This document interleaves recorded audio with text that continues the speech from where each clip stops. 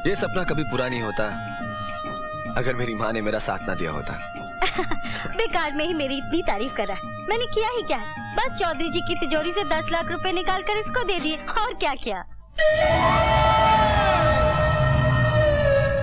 आप लोग भी कमाल करते हैं, एक ही घर में रहकर एक दूसरे की चोरी करते हैं और झूठी रिपोर्ट लिखवाकर बेचारे बिल्लू को पिटवा दिया। जानते हैं आप लोगों पर उल्टा केस चलेगा और तो और पुलिस भी आप पर चार्ज लगाएगी। अब तो सिर्फ आप लोगों को भगवान ही बचा सकता है।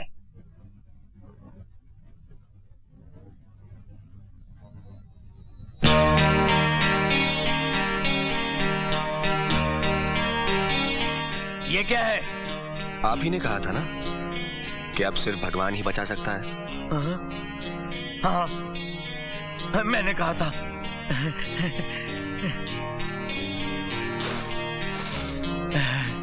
असली है।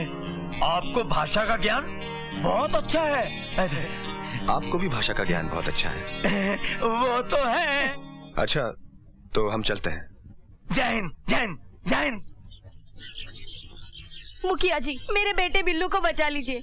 अब तो आपको भी मालूम हो चुका है कि वो चोर नहीं। जब चाहे पुलिस से किसी को बेइज्जत करवा के पिटवा दे, ये तो सरासर जुल्म है। मुखिया जी, आज आपको इंसाफ करना पड़ेगा। यहाँ की पंचायत जब यहाँ की माओ को, यहाँ के बेटों को, यहाँ की बेटियों को इंसाफ नहीं दे सकी, तो आपको क्या इंसाफ दे पाएगी? बताइए मुखिया जी, चौधरी परिवार के ताल पर यहाँ का समाज कब तक ठुमके लगाता रहेगा? कब तक? क्या पूरा समाज छक्का हो गया है? ए मुखिया, तुम लोगों ने गांव में ये पंचायती विचायती क्या लगा रखी है? चलो फूटो यहाँ से। अदब से बात कीजिए, ये कोई बाई का कोठा नहीं, गांव की पंचायत है। कौन हो तुम? फिलहाल सवाल सिर्फ मैं पूछूंगी, ये जानते हुए भी कि निरंजन चौधरी ने अपनी मां के साथ मिलके चौधरी जी के 10 लाख रुपए निकाले थे और उन्हीं रुपयों से फैक्ट्री खरीदी थी। ये जानने के बाद भी आपने उन्हें दोषी नहीं माना, उनके खिलाफ कोई कार्यवाही नहीं की और निर्दोष बिल्लू को मार पीट कर हवालात में बंद कर दिया। इसलिए कि उनके खिलाफ किसी ने कंप्लेन नहीं लिखवाई। तुम एक्शन कैसे लेता? मैं लिखाती हूँ कंप्लेन, लिखिए। ऐसी कंप्लेन मैं नहीं लिखता, थाने में जाकर हवलदार को लिखवा दो। ये कंप्लेन तो आप ही को लिखनी पड़ेगी, और अभी। तुम कोई जिला मजिस्ट्रेट नहीं हो जो मैं तुम्हारा हुक्म मानूं। अब तो हवलदार हमारी कंप्लेन नहीं लिखेगा। तब तो मुझे ही मजबूर होकर लिखना पड़ेगा।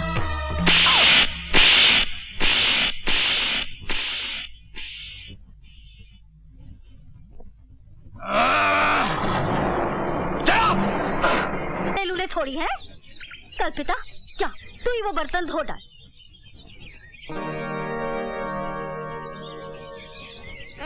अरे रे रे, नहीं नहीं नहीं नहीं नहीं, अरे ले, चुप हो जा, चुप हो जा।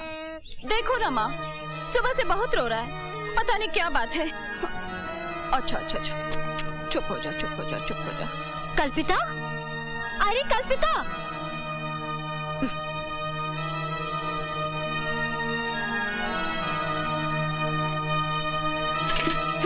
बाल्टी भी खा।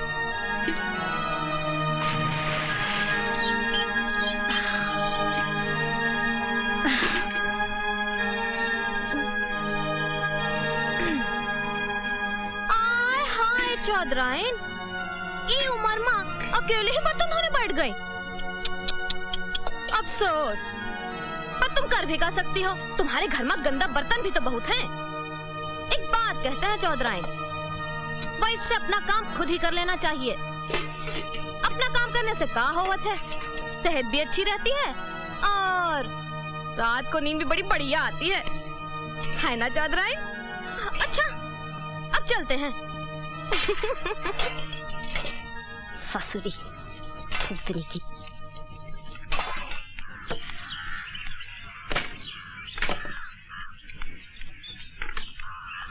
पिताजी। बोल। पिताजी, मैं ससुराल जाना चाहती हूँ। अकल देर से आई, जा जल्दी जा। पर खाली हाथ कैसे जाऊँ? अरे भीख मांगती जा। क्या मतलब? मतलब ये कि माँ बेटी ने मिलकर मुझे कंगाल बना दिया है। अब तुझे कहाँ से दूं? सुबह से चौधरी ने कुछ खाने के लिए भी नहीं भेजा है।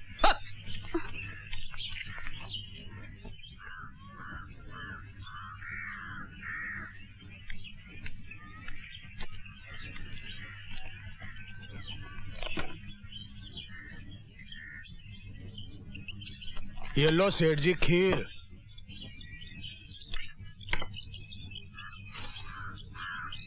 खुशबू तो अच्छी है। बहुत अच्छी है। ये ले। लो पिताजी।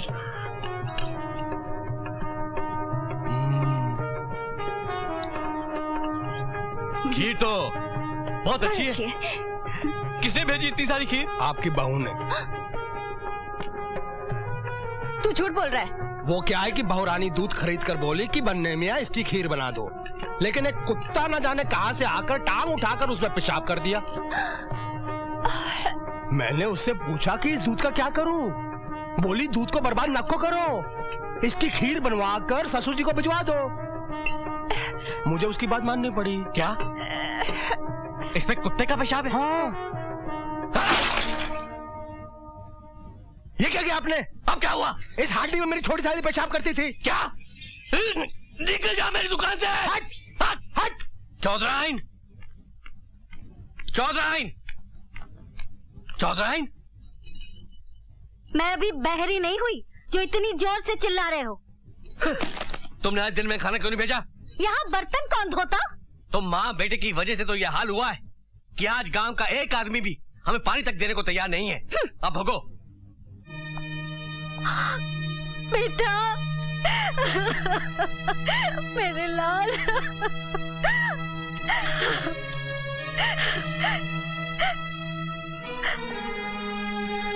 तू यहाँ नहीं था ना?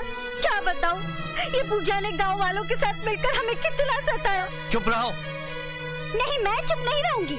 मैं तुम्हारी तरह थोड़ी हूँ कि कुत्ते के पेशाब वाला खीर मजे से खा गए और चुप रह गए। और ये कौन से तीर्थ यात्रा से आया है, जेल से आ रहा है? अरे तो इसमें मेरे बेटे का क्या दोष है? जो भी हुआ सब इसी के कर्मों का फल है।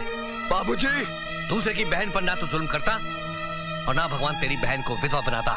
बाबूजी, तूने एक बाप होकर बच्चे को पेट के अंदर ही मार दिया था। ये उसी पाप का फल है कि तेरे सामने तेरी बहन का बच्चा जिंदगी भर अपने बाप के लिए तड़पेगा। बाबूजी।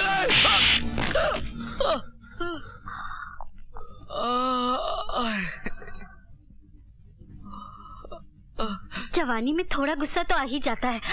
मैं तो पहले ही कह रही थी चुप रहो चुप रहो। ये तुमने कब कहा था? ठीक है, नहीं कहा था तो आपको तो चुप रहना चाहिए था। उठो उठो, काम ही ऐसा करते हो कि कुत्ता भी मुंह चाट ले। बाबूजी, बाप के साथ बड़ी हमदर्दी जता रही है। दिन में जब खाना पकाने और बर्तन धोने के लिए मैं तुझे ढूंढ रही थी, उस वक्त कहाँ गई थी मटर गश्ती करने? माँ, मैं मुन्ने को दूध पिला रही थी। झूठ बोलती है तू तो शुरू से ही कामचोर है। अब तक घर के कामों में तुम्हारा हाथ कौन बटाती रही? तू बटाती रही? चुप हो जा चौधराइन। अरे ये क्या मेरा हाथ बटाएगी? शादी के बाद ये बोझ बनी रही मुझ पर। यहाँ पड़ी पड़ी खटमल की तरह खून चूसती रहती है और क्या करती है? माँ, तुम ये भूल गई कि मेरे पति ने इस घर के लिए अपनी बलि चढ़ा दी है। अरे उस एहसान के बदले तुम लोगों को उनकी तस्वीर पर रोज माला चढ़ानी चाहिए। माला डालनी चाहिए। एक नंबर का चरसी और बदमाश था वो। माँ, मामा क्या कह रही है? सुअर की अगर बलि चढ़ जाए तो क्या उसकी गिनती हिरन में होने लगेगी? सुअर तो सुअर ही कहलाएगा। माँ, मैंने तुमको चुप रहने को कहा भी था। मेरी कौन सुनता है? काम ही ऐसा करती हो कि कुत्ता भी मुंह चाट ले।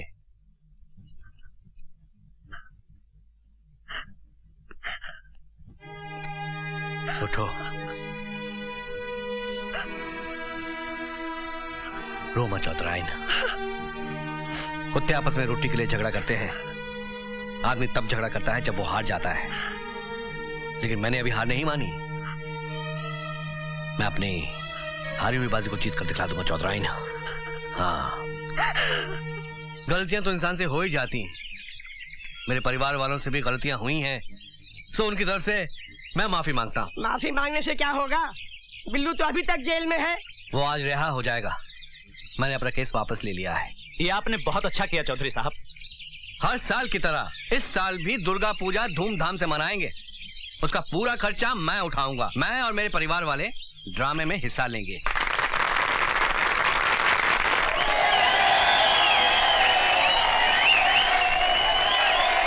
शांत शांत शांत। सज्जनों, चूंकि दुर्गा पूजा का समय आ गया है, आज हम द्रौपदी चीरहरण का ड्रामा प्रस्तुत करने जा रहे हैं।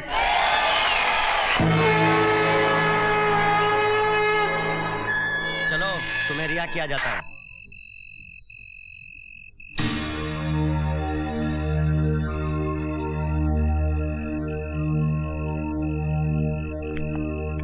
सर, वो जा रहा है, जरा उससे प्यार से बात कर लीजिए। तुम फिर वही राग अलापने लगे। सर, आप भूलिए मत कि आपका नाम भीष्म है और वो एक छक्का।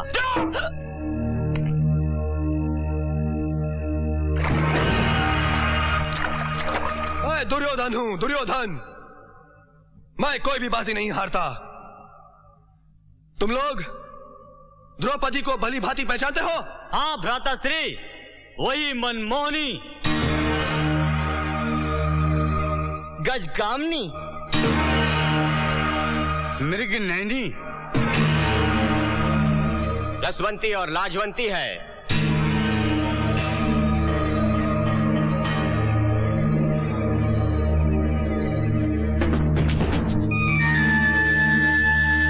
जाओ, उसी द्रौपदी को शीघ्र ही प्रस्तुत करो। जो आज्ञा भ्राताश्री। अन्याय, ये घोर अन्याय है महाराज। आपको कुछ दिखाई दे रहा है महारानी? महाराज, माँ को वैसे भी बेटे की बुराई दिखाई नहीं देती। मुझे भी कुछ दिखाई नहीं दे रहा है। दुशासन, तुम शिथिल क्यों पड़ गए हो? जाओ, आगे बढ़ो।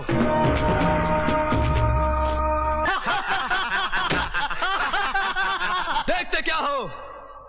यही उचित समय है जब तुम अपने अपमान का बदला ले सकते हो। इतिहास साक्षी है, ऐसा शुभ अवसर बार बार नहीं मिलता।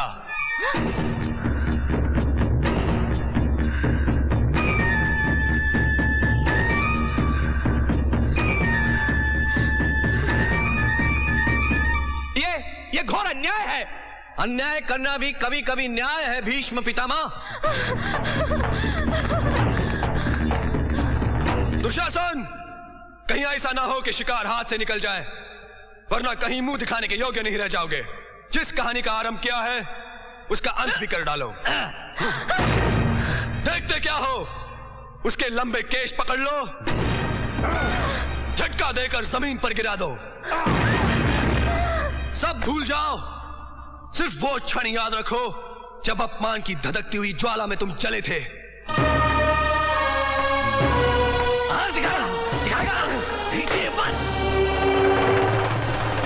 इसका सारा गर्व दर्पण की तरह चूर चूर कर दो। नहीं, मुझे छोड़ दो। महाराज, महाराज, घोर अन्याय। अन्याय कैसा? बड़ों की सजा छोटों को भुगतनी ही पड़ती है।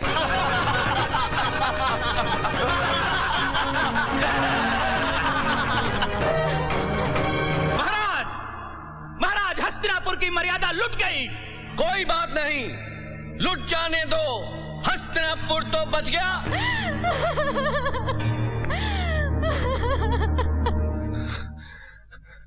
मैं उसका खून कर दूंगा।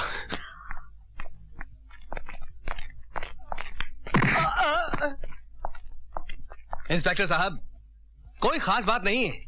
लगता है मेरी बेटी भूत से डर गई है। आप चलिए, मैं बाद में मिलने आऊंगा। आइएगा जरूर। जी जी, चलो। भूत वूत का तो एक बहाना है। मुझे तो पूरा शक है कि उसकी इज्जत पर किसी ने हाथ डाला है। तू थी वहाँ? तूने कुछ देखा क्या? जब नहीं देखा तो कैसे बोल दिया कि उसकी इज्जत पर हाथ डाला गया? खबरदार, जो ऐसी बात अपनी जबान से निकाली तो मुखिया की बीवी होगी तो अपने घर में मैं तेरी जबान खींच लूंगी। हाँ, बिल्कुल ठीक कहा चौधरायन तुमने। अरे मौसी, जब तू वहाँ थी ही नहीं तो तुझे कैसे पता चला कि उसकी इज्जत चली गई? हाँ, बहुत गलत बात करते हो तुम लोग। लेकिन चौधरायन, जब तुहार बहू वो आदमी का घर में गई थी तब तुम भी तो वहाँ नहीं थी। फिर तुमको कैसे पता चला कि उसकी इज्जत चली गई? चौधरायन, ये बात ठीक नहीं है। अपनी औलाद के किए पर तो मखमल का पर्दा, और दूसरे की औलाद अगर हीरा भी है तो उसे बेकार कचरा कहकर पूरे गांव में, दुनिया में ढंढोरा पीटना। मैं अपने दुश्मनों का नाश करने के लिए साल में एक बार हवन जरूर करवाता हूँ। मैंने भी कसम खाई है कि बिल्लू की लाश देखने के बाद ही वंदना का चेहरा देखूंगा। सारे फसाद की जड़ तो है ये। हर बात घूम फिर कर मुझ पर ही क्यों चली आती है? इसलिए कि तुम्हारा ही फैसला था, नाटक द्रौपदी चीरहरण करेंगे। हो गया ना चीरहरण, और रोल भी करेंगे अंधे धृतराष्ट्र का। मैं पूछती हूँ, कुछ करोगे या अंधे बने रहोगे? अरे कुछ करना है इसलिए तो उनके पास आया हूँ। अरे ये क्या करेंगे? इनका तो हमसे ज्यादा बुरा हाल है। मेरा बुरा हाल है? वो कैसे? अरे मेरी बेटी का चीरहरण तो एक छक्के ने किया,